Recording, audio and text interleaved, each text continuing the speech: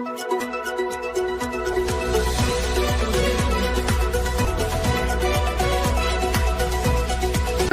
મિત્રો, હું છું એન્કર અમિતા પટેલ. આપ જોઈ રહ્યા છો મુંબઈ તરંગ ગુજરાત ન્યૂઝ. જોતા રહો ગુજરાતની તમામ અપડેટ સૌથી પહેલા મુંબઈ તરંગ ન્યૂઝ ચેનલ પર. સુરતમાં ફોરેક્સ ટ્રેડિંગના નામે સીટિંગનો કિસ્સો આવ્યો સામે. ઉધના પોલીસની સૌથી મોટી તપાસમાં ઘટસ્ફોટ થયો. સાયબર ફ્રોડના કેસની તપાસ દરમિયાન વધુ એક ગુનો નોંધાયો. ઉધના પોલીસ સ્ટેશનમાં વધુ એક ગુનો નોંધાયો. ફરિયાદી પાસે ફોરેક્સમાં રૂપિયા રોકાણના નામે સીટિંગ કર્યું હતું. ફોરેક્સમાં રોકાણ કરી 7 થી 8% નફો મળે તેમ કહી રોકાણ કરાવ્યું હતું.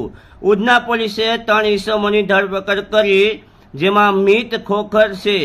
બેંક એકાઉન્ટ ભાડે આપી ફ્રોડ કરવા માટે આ એકાઉન્ટનો ઉપયોગ થતો હતો.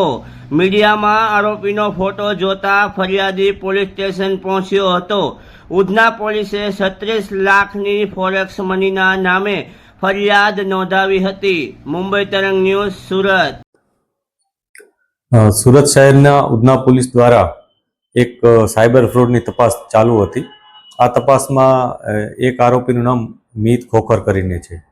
ત્યારબાદ એક ફરિયાદી પોલીસ પાસે આવે છે અને એણે એવી ફરિયાદ આપી કે આ મિત ખોખરને એણે 39 લાખ રૂપિયા આપ્યા હતા, કે જે 39 લાખ રૂપિયા મિતે એવું પ્રોમિસ કરીને એની પાસેથી લીધા હતા કે એને 5 થી 7% વળતર દર મહિને આપશે. અને આ રૂપિયા એણે કેશમાં લીધા હતા અને એને એવી સ્કીમ આપી હતી કે એ ફોરેક્સ ટ્રેડિંગમાં આ પૈસા રોકશે અને ફોરેક્સ ટ્રેડિંગમાં આ જે ભોગ બનનાર છે એનું એક એકાઉન્ટ પણ ખોલવામાં આવશે. આ પ્રકારની એને સ્કીમ આપી હતી. ભોગ બનનારે જ્યારે મિતને કીધું હતું કે મને આ ફોરેક્સ ટ્રેડિંગ વિશે અથવા અલ્ગો ટ્રેડિંગ આના વિશે મને બહુ જાણકારી નથી, અને ફોરેક્સમાં કન્વર્ટ કરી એને એક પ્લેટફોર્મ ઉપર મૂકી અને એના ઉપર ટ્રેડિંગ કરવાનું. એના માટે મારી સાથે મારી બહુ મોટી ટીમ પણ હાજર છે. એ ટીમમાં એના મામા વિશાલ સાંકળાસરિયા, અંકુર પટેલ, વિશાલ લીંબાણી અને પિયુષ કુકડિયા, આ 4 જણાનું નામ એણે લીધું હતું. આ પ્રકારની સ્કીમ એને સમજાવી હતી. અને જે ભોગ બનનાર છે એને એવું પણ કીધું હતું કે શરૂઆતમાં તું મને થોડા રૂપિયા આપ, પછી હું તને ધીમે ધીમે તને વળતર મળશે એટલે તને આઈડિયા આવી જ જશે. આ પ્રકારની વાત એણે સમજાવી હતી. ત્યારબાદ